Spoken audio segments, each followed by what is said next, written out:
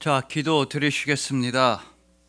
생명의 양식을 허락하신 주님, 오늘 이 성찬이 우리의 삶을 완전히 변화시키는 바로 그 성찬이 되게 하시니 감사합니다. 오늘 성찬이 예수님의 사랑에 온전히 참여하는 바로 그 성찬이 되게 하여 주시니 감사합니다. 오늘 이 성찬이 오직 감사로 맞이하는 영혼의 귀한 양식이 되게 하여 주시니 참으로 감사합니다.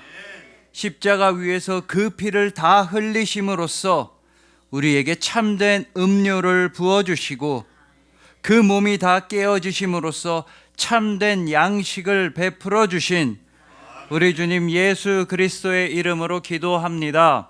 아멘.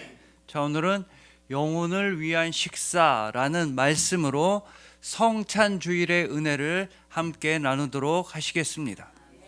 여러분, 오늘 설교의 제목에는 식사라고 하는 단어가 들어가는데 요새 젊은 친구들 사이에서는 이 식사나 음식과 관련해서 이런 말이 유행을 하고 있다고 합니다. 무슨 말이냐면 맛업업이라고 하는 말이라고 합니다. 또는 맛업업은 혼자만 쓰이는 게 아니라 맛업업 조합이라는 말로도 자주 사용된다고 합니다. 이 맛업업은 발음하기도 굉장히 어려운데 왜 굳이 만들었는지 모르겠지만 맛이 없을 수가 없다의 줄임말이라는 겁니다. 맛이 없을 수가 없는 음식, 그러니까 되게 맛있는 음식이라는 뜻입니다. 따라서 맛업업 조합은 맛있는 거랑 조합을 시켜놔서 진짜 엄청나게 맛있어지는 음식이라는 겁니다. 그래서 예를 들자면 뭐 정확하지는 않겠지만 예전에는 떡볶이를 먹으면 떡볶이랑 같이 어묵 국물을 마시면 정말 맛있다고 생각했습니다. 근데 요새 젊은 친구들한테 유행하는 떡볶이는 막 엽기적으로 매운 떡볶이인데 그때 같이 마시는 음료수로는 시원한 평화, 이 쿨피스를 같이 마셔야 맛업업 조합이라는 겁니다. 또 쭈꾸미 볶음이든 닭갈비를 먹을 때도 그냥 먹는 게 아니라 치즈를 추가해서 막 피자처럼 만들어서 먹는 게 맛있게 먹는 거라는 겁니다. 이렇게 맛업업 조합으로 만든 음식은 요새는 그냥 맛있다고 하진 않습니다. 맛업업 조합은 중독성이 강하다. 이 음식은 중독성이 강하다라는 말까지 하는 겁니다. 근데 음식만 중독성이 강하다고 하지 않고 뭐 텔레비전 드라마도 중독성이 강해서 한 번 시작하면 끝까지 봐야 된다. 또 어떤 노래도 중독성이 강해서 막 이건 수능 금지곡으로 만들어야 된다. 아니면 유튜브 그 짧은 동영상 보는 것도 중독성이 강해서 막 하루에 몇 시간씩 보기도 하는 겁니다. 그래도 이렇게 음식이나 노래에 중독되는 건 괜찮은데 절대로 도박에 중독되어서는 안 된다고 우리나라에서 대표적인 도박 중독 치료 전문 의사 선생님이신 신영철 선생님은 얼마 전에 한 방송에 나와서 이런 말씀을 하셨습니다. 일단 이 도박 중독이 무서운 건 사람의 뇌는 한번 강렬한 자극을 맛보게 되면 그보다 약한 자극, 소소한 자극에는 반응을 하지 않게 된다는 겁니다. 그래서 도박과 같이 매우 강렬한 자극, 38 광땡과 같은 강렬한 자극을 맛보게 되면은 일상생활에서의 소소한 자극은 잘 느껴지질 않게 된다는 겁니다. 그러면서 이 의사 선생님께서 만나셨던 어떤 분 중에는 한 30대 젊은 가장이 있었습니다. 근데 이분이 도박에 중독되어서 어쩌다가 일주일 만에 도박으로 5억 원을 벌게 된 겁니다. 일주일 만에 5억 원이니 얼마나 행복했겠습니까? 많은 그게 바로 오히려 불행의 시작이었다는 겁니다. 여러분 한번 생각해 보십시오. 일주일 만에 5억 원을 벌었습니다. 그런 다음에 회사에 가서 한 달 내내 열심히 정말 뼈 빠지게 욕을 들어가면서 열심히 일했더니 월급으로 한 200만 원, 300만 원 주는 겁니다. 그럼 뭐 기별이나 가겠습니까? 또 집에 퇴근하고 왔더니 갓난아기가 까꿍까꿍 놀아하고 하는데 재미가 하나도 없는 겁니다. 다시 돈을 쌓아들고 도박판으로 가서 전 재산을 탕진하고 가족들과 자신의 인생을 다 망치게 되었다는 겁니다. 또 이 의사 선생님께서 보신 분 중에 제일 많은 액수를 도박으로 잃은 분은 무려 500억 원이나 도박으로 잃었다는 겁니다. 이분은 원래 아주 정직하고 성실하게 한 중소기업을 일궈내 오신 분입니다.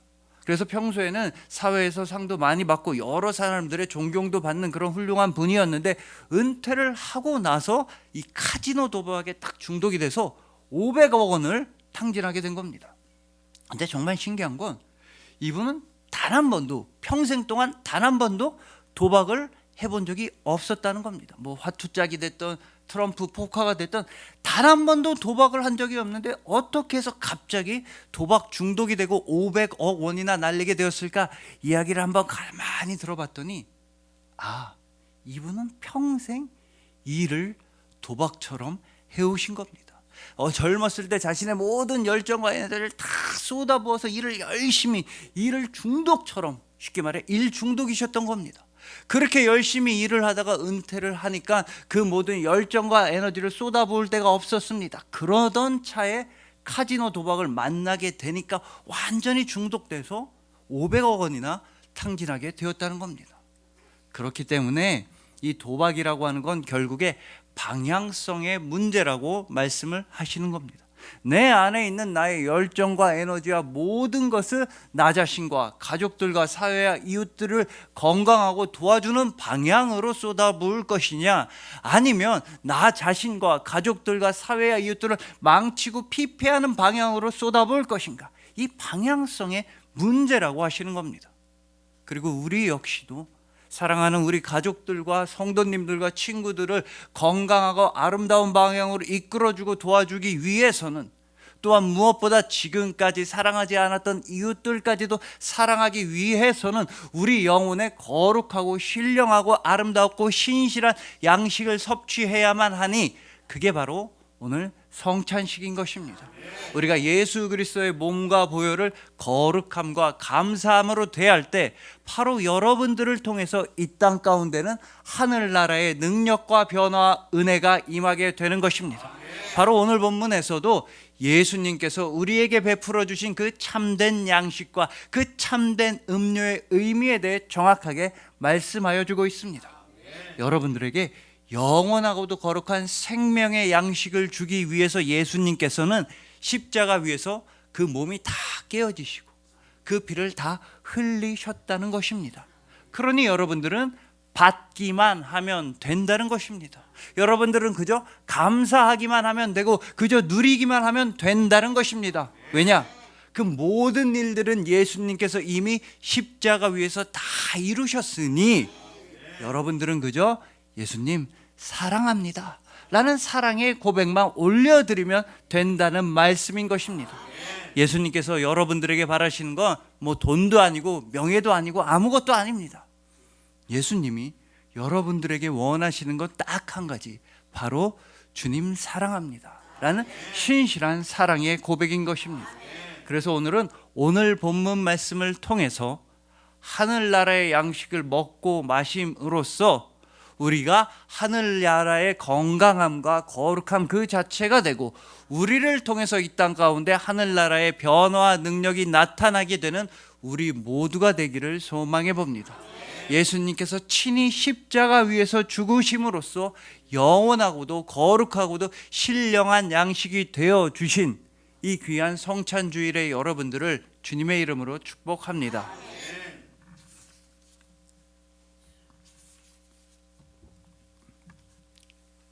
자, 먼저 오늘 본문 2절을 보시면 우리가 마치 갓난 아기처럼 신령한 젖을 사모해야 한다고 말씀합니다. 그 신령한 젖을 먹고 마심으로써 구원에 이르도록 우리가 갓난아기에서 자라야 한다, 성장해야 한다고 말씀하는 것입니다. 그렇다면 도대체 우리로 하여금 구원에 이르게 하는 그 신령한 젖의 정체가 무엇인지 알기 위해서 우리는 일단 갓난아기한테 있어서 엄마의 젖, 어머니의 모유가 어떤 의미인지부터 알아야 합니다. 여러분, 이제 막 태어난 갓난아기한테는 어머니의 모유는 세상에서 가장 처음으로 접하게 되는 음식입니다. 뭐 요새는 뭐 이유식이든 분유든 영양식이 여러 가지 잘 나왔다고는 하지만 기본적으로는, 원래는 이제 막 태어난 아기는 엄마의 모유가 없으면 살 수가 없는 것입니다. 거기다 더해서 엄마의 모유에는 아기의 성장과 발달에 도움이 되는 아주 좋은 성분들이 많이 들어가 있다는 것 또한 여러분들도 잘 알고 계실 겁니다. 그래서 갓난아기한테 있어서 엄마의 모유는 단순히 먹는 음식이라기보다는 생명을 유지시켜주는 생명의 선물이자 어쩌면 생명 그 자체라는 것입니다. 자, 그렇다면 이렇게 우리의 생명을 유지시켜준 그 선물인 어머니의 모유, 그 엄마의 모유의 맛을 기억하고 계신 분 있으십니까? 목사님, 저는 생후 3개월 때 그때 먹었던 엄마의 모유가 제일 맛있었습니다. 이런 사람 아무도 없습니다. 또 세상에 그 어떤 아기도 태어나자마자 어머님 감사합니다.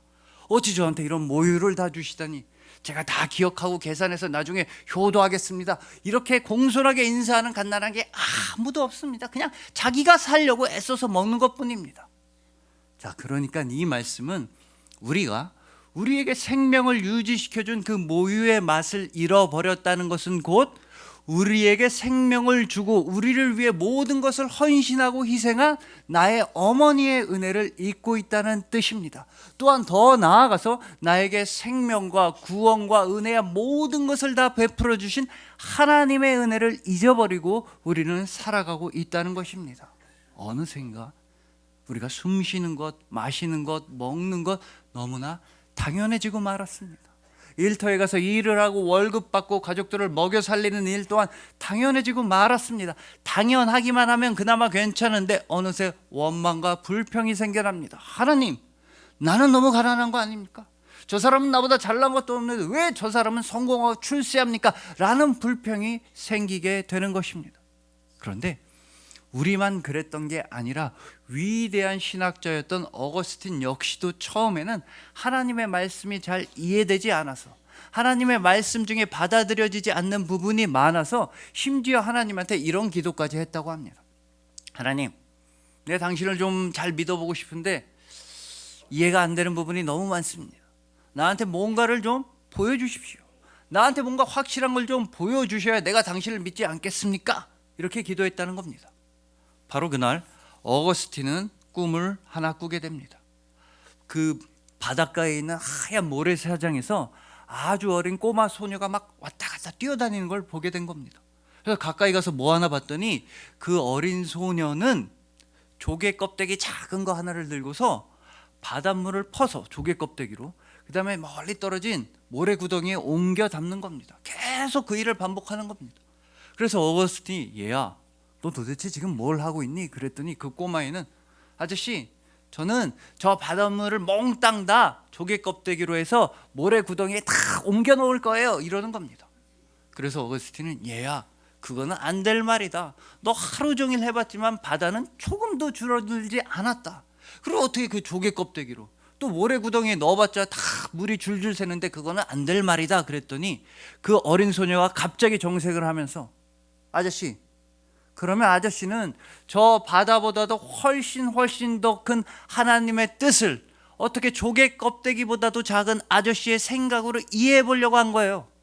아니, 무한하게 크신 하나님의 세계를 어떻게 모래 구덩이보다도 작은 아저씨 머릿속에 집어넣으려고 한 겁니까? 그건 안 될 말이에요. 아저씨, 정신 차리세요. 지금 해가 지고 있어요. 아저씨가 하나님께 돌아갈 때가 다가오고 있다고요. 그 순간 어거스틴은 깜짝 놀라서 잠에서 깨어나게 되고 완전히 낮아지고 완전히 겸손해진 마음으로 주님의 말씀을 향해 자신의 마음 문을 다 열게 되었다는 겁니다. 여러분, 우리도 때로는 정말 조개 껍데기보다도 작은 나의 계산과 나의 생각으로 무한하신 하나님의 뜻을 잘라내고 재단하고 오려내고 오해하고 곡해할 때가 너무나 많이 있습니다. 정말 모래 구덩이보다도 작은 나의 마음속으로 하나님의 은혜, 생명과 구원과 평안을 주신 하나님의 은혜를 잊은 채 살아가고 있을 때가 너무나 많은 것입니다. 하지만 바로 오늘이 성찬식이기 때문에 잃어버린 하나님의 은혜를 되살리기에 너무나 좋은 기회인 것입니다. 하나님의 은혜를 다시 한번 마음에 새기고 싶으신 분들은 이렇게 하시면 됩니다.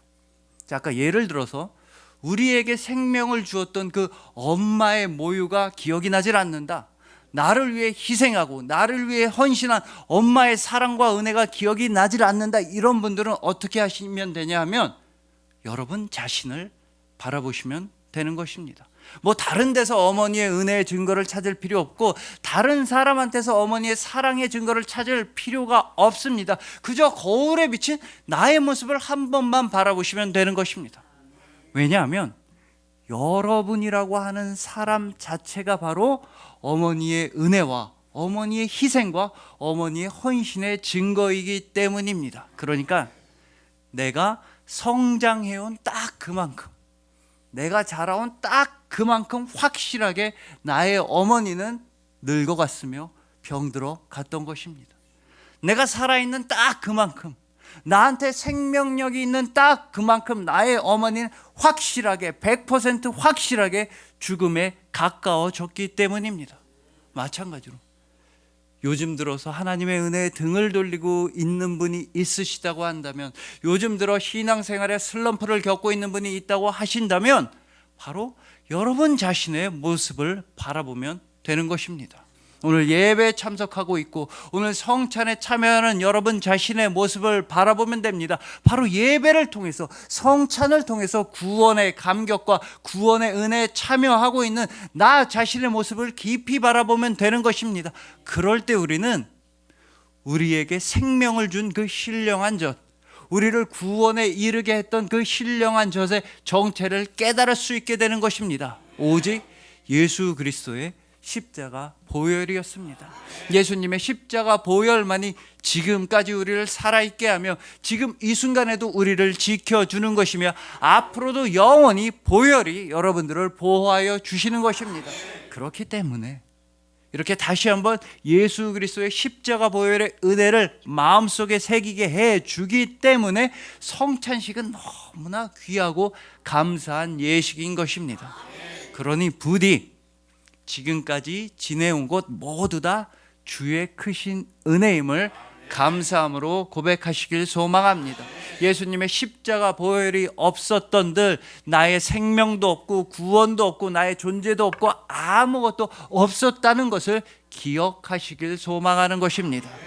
여러분들이 온전한 구원에 이르도록 예수님께서 모든 보혈을 다 쏟아서 여러분들에게 생명의 음료를 베풀어 주신 이 성찬주일에 여러분들을 주님의 이름으로 축복합니다.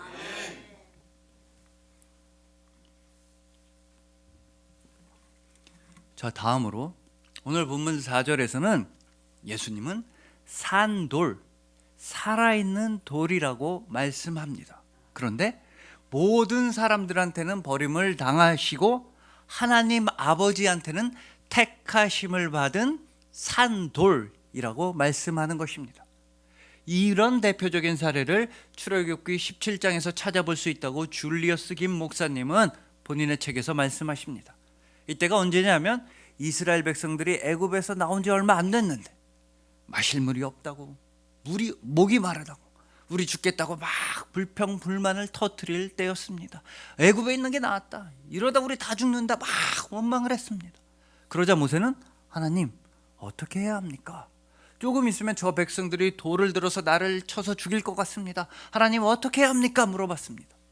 그러면 여러분 생각에는 하나님은 어떻게 하셔야 합니까? 원래 법대로 한다고 하면 하나님께서는 불평불만을 터뜨리는 이스라엘 백성들을 크게 혼내시고 크게 치시고 아주 엄한 벌을 내리시는 게 맞습니다. 수백 년간의 종살이에서 자유롭게 해방시켜 주신 그 은혜를 잊어버리고 적과 꿀이 흐르는 땅으로 인도하여 주신 그 은혜를 잊어버린 배은망덕한 이스라엘 백성들은 원래 법대로 한다면 사형에 해당되는 중죄, 바로 멸망을 당해야만 했던 것입니다.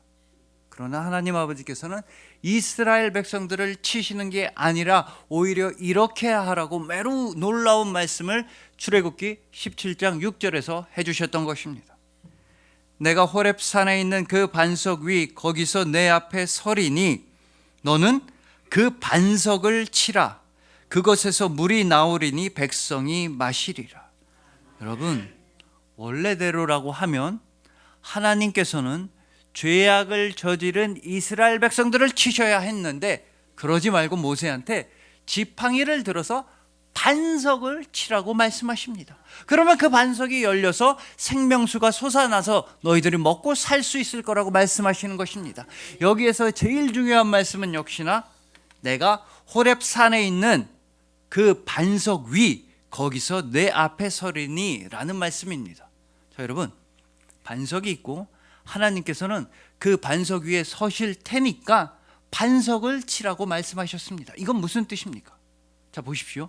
반석이 있고 하나님이 그 위에 서시고 그런 다음에 그 반석을 모세 보고 지팡이로 치라고 하는 말씀은 곧 하나님을 치라는 말씀이 되는 것입니다. 내가 반석 위에 설 테니까 너는 나를 쳐라. 내가 반석이 되어줄 테니까 나를 매우 쳐라. 그러면 그 반석인 내가 쪼개어지고 열리고 깨트려져서 생명수가 솟아나올 테니 너희는 나로부터 나오는 생명수를 마시고 살 수 있다는 말씀을 해주신 것입니다. 바로 그렇기 때문에 이 출애굽기 17장을 다루고 있는 고린도전서 10장 4절에서도 사도 바울은 이런 말씀을 선포하고 있는 것입니다. 다 같은 신령한 음료를 마셨으니 이는 그들을 따르는 신령한 반석으로부터 마셨음에 그 반석은 곧 그리스도시라. 여러분, 이처럼 예수님은 반석이십니다. 어떤 반석이시냐 하면 여러분들에게 신령한 음료를 베풀어 주시는 신령한 반석이시며 여러분들에게 영원한 생명수를 베풀어 주시는 영원토록 살아있는 돌, 생명의 반석이신 것입니다. 그런데 그러기 위해서 여러분들에게 생명수를 베풀어 주시기 위해서 반석이신 예수님께서는 스스로 지팡이로 치심을 당해야만 했다는 것입니다. 스스로 치심을 당하시고 가장 큰 고난과 가장 큰 고통을 당하셔서 반석이신 예수님께서는 그 몸이 완전히 쪼개어지고 깨어지고 열려짐으로써 여러분들에게 생명수를 베풀어 주셨습니다. 바로 그렇게 예수님의 생명이 완전히 깨트려진 그 자리에서 바로 십자가로부터 여러분들의 영원한 생명수가 솟아오르게 되었던 것입니다. 바로 여기에 오늘 성찬주일의 기본적인 의미가 놓여져 있습니다. 원래대로라고 한다면, 법대로라고 한다면 죄인이었던 우리가 완전히 깨트려지고 우리가 영원히 죽임을 당했어야 하는데 반석이신 예수님께서 우리 대신에 깨트려지시고 우리 대신에 죽임을 당하셨다는 것입니다. 원래대로라고 한다면 죄인인 우리가 목이 마르고 죄인인 우리가 갈급함으로 죽었어야만 하는데 예수님께서 우리 대신에 내가 목마르다, 십자가 위에서 내가 목마르다, 예수님께서 우리 대신에 목이 마르고 갈급하셔야만 했던 것입니다. 그 예수님께서는 십자가 위에서도 여러분만 바라보시고 여러분만 기다리고 계십니다. 그래서 여러분들이 예수님의 이름을 부르기만 한다면 언제든지 예수님을 만나고 행복해질 수 있다고 정경주 사모님께서는 승리할 수 있어요 라는 책에서 한 여성 성도분의 고백을 들려주십니다. 이 여성분은 원래 아주 어렸을 때 임파선에 암이 걸리고 그 암이 다리 끝에까지 전이 되었다고 합니다. 그 도중에 심장 판막증도 있어서 여러 차례 수술을 하고 죽을 고비를 겨우 넘겨서 그렇게 해서 성인이, 어른이 되셨습니다. 하지만 성인이 되고서 더 큰 고난만 있었습니다. 사람들한테 배신당하고 세상으로부터 버림받아서 더 이상 삶의 의미를 찾지 못해서. 절대로 그러면 안 되는데 극단적인 선택을 몇 번이나 시도했다는 겁니다. 하지만 그때마다 다시 살아나고 또 살아났습니다. 그렇게 애처로운 모습을 안타깝게 여긴 옆집 아주머니의 전도로 이 여성분은 교회에 다니게 되셨습니다. 근데 교회에 다녀봤지만 몇 달 동안 달라지는 건 아무것도 없었습니다. 믿음도 생기질 않고 감동도 없고 감격도 없고 은혜도 전혀 없었습니다. 그냥 옆집 아주머니가 가져고 하니까 몸만 계속 왔다 갔다 하는 겁니다. 근데 이러다 보면 뭐 죽도 밥도 안 되겠다 싶어가지고 추천을 받아서 작정 기도를 하기로 하셨습니다. 딱 몇 월 며칠까지 기한을 정해두고 나한테 믿음을 주십시오. 정말 열심히 기도해 보기로 기도원에 간 겁니다. 그래서 진짜 있는 힘껏 열심히 기도했더니 진짜로 힘만 들었습니다. 달라지는 게 아무것도 없었습니다. 목만 아프고 무릎만 아프고 믿음은 전혀 생기질 않았습니다. 정말 열심히 기도했는데 그 정해진 작정된 그 시간까지도 아무런 변화가 없었습니다. 그래서 이분은 갓난아기를 포대기에 업고 집에 가려고 일어서셨습니다. 내가 다시는 교회 안 온다. 내 주제에 무슨 하나님은 구원은 무슨, 내 다시는 교회 안 온다 이러고 집에 가려고 딱 하는데 그 기도원에서 옆에 있는 사람들이 무릎을 꿇고 막 주여 주여 기도를 하는 겁니다. 그래, 내가 저거는 안 해본 것 같다. 어차피 믿져야 본전인데 이제 교회 안 올 건데 저렇게라도 한번 해보자. 그리고 무릎을 꿇고 큰 소리로 주여! 그걸로 끝이었습니다. 그 순간 예수님이 콱 믿어졌습니다. 주여라고 외치는 그 순간 예수님이 정말 나를 대신해서 죽으셨구나, 그게 확실히 믿어졌던 것입니다. 주여 한 번 외침이면 충분했으며 이상하게도 그 순간 바로 나는 나머지 평생을 예수님을 위해 헌신해야겠다는 결단을 하게 되었다는 겁니다. 여러분, 이처럼 여러분들이 예수님을 부르면 예수님은 다 들어주시고 분명히 응답하여 주십니다. 예수님은 절대로 여러분을 버리지 아니하시고 끝까지 여러분과 함께하여 주시는 것입니다. 이렇게 여러분과 동행해 주시고 여러분을 도와주시고 여러분을 구원해 주시기 위해서 예수님은 이런 일까지 겪으셨다고 본문 4절은 말씀하고 있습니다. 사람에게는 버림바가 되었으나 하나님께는 택하심을 입은 보배로운 산돌이신 예수께 나아가. 여러분, 예수님은 모든 사람들로부터 버림을 당하셨습니다. 오로지 여러분들만큼은 하나님 아버지의 택하심을 받은 자녀로 세워주시기 위해 예수님은 모든 사람으로부터 버림을 당하셨던 것입니다. 오로지 여러분들을 든든한 천국 백성으로 세워주시기 위해서, 여러분들을 받쳐주는 바위가 되어주시기 위해서 예수님께서는 죄인인 우리들의 발에 짓밟히는 가장 낮은 곳에 처하는 반석이 되어 주셨던 것입니다. 그래서 여러분의 유일한 천국 반석은 오직 예수 그리스도 한 분이신 것입니다. 오늘이 바로 그날, 반석이신 예수님께서 우리를 위해 그 몸이 다 깨어지신 걸 기념하는 오늘이 바로 성찬 주일입니다. 오늘이 바로 반석이신 예수 그리스도께서 그 피를 다 흘리셔서 여러분들에게 생명수를 부어주신 걸 기념하는 성찬 주일입니다. 여러분들의 영혼의 아주 작은 조각과 부분들까지도 오직 예수 그리스도의 생명으로만 충만하게 가득 차는 날이 바로 오늘 성찬 주일인 것입니다. 그러니 부디 우리 모두를 대신하여 모든 사람에게 버림받으시고 모든 사람에게 짓밟히신 예수 그리스도를 기념하시길 소망합니다. 만세 반석이신 예수님께서 깨어지시고 쪼개지신 그 틈 안으로 들어가 영원한 생명을 얻게 되었음을 감사함으로 고백하시길 소망하는 것입니다. 예수님께서 친히 죄인인 우리들의 발에 짓밟히는 가장 낮은 반석이 되어주시고 그 반석 위에 여러분들을 아버지의 택하심을 입은 보배로운 자녀로 세워주신 이 성찬 주일에 여러분들을 주님의 이름으로 축복합니다.